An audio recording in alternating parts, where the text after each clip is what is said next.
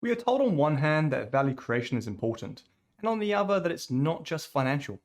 It's not measurable and it's ambiguous. In this 5-minute video, we will discuss what customer value is and logically show you how to measure it, and then give you some key indicators that will help you measure for success.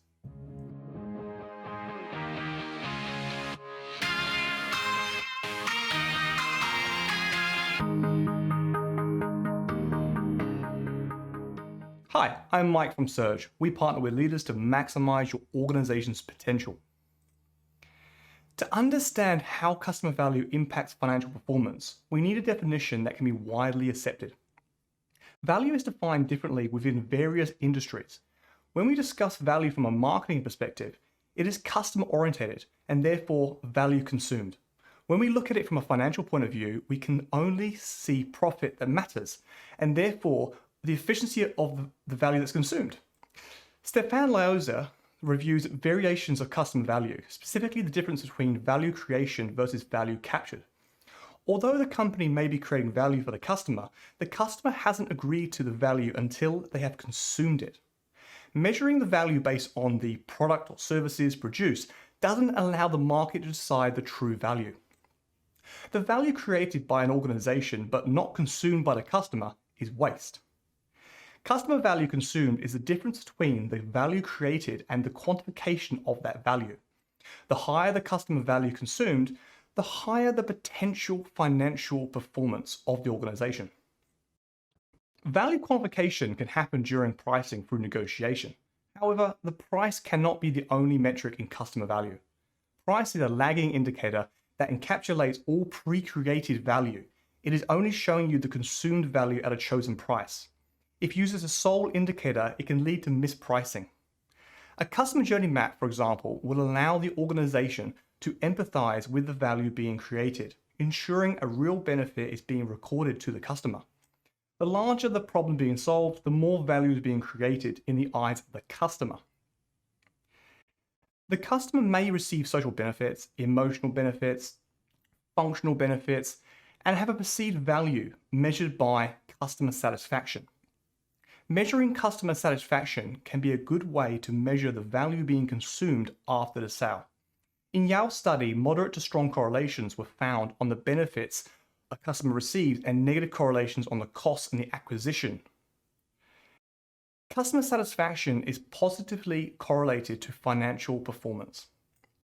Golokvar found the customer satisfaction index measured as earnings per share had a strong positive correlation with the financial performance of a banking industry, which is a highly competitive industry.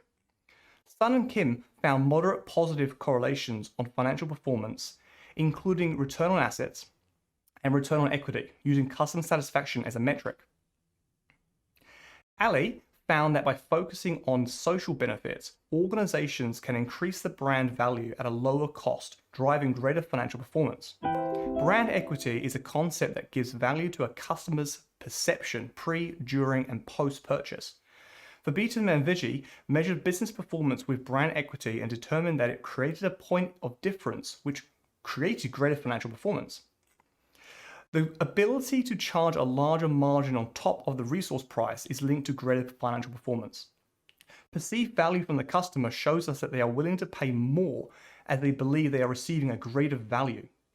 Those that focus on profit do not outperform the organizations that focus on the customer. In Zizambi's study on financial performance, he found a direct correlation between South African organizations that focused on customer value over focusing solely on profit. Hedonic value, which is the value of the experience of the customer, is made up of the end-to-end experience with the product or service, the company, and the purchase. Hedonic value had a greater correlation with return on assets, earnings per share, and brand loyalty. Then satisfaction, which is really after the sale, and utilitarian value, which is the efficiency of the product. Brand loyalty, customer satisfaction, sale price, and functional benefit are linked to each other either directly or indirectly. Using the 4 inputs to define customer value, a leader can measure the hedonic value consumed by the customer, then strategically decide to change one or more of these inputs.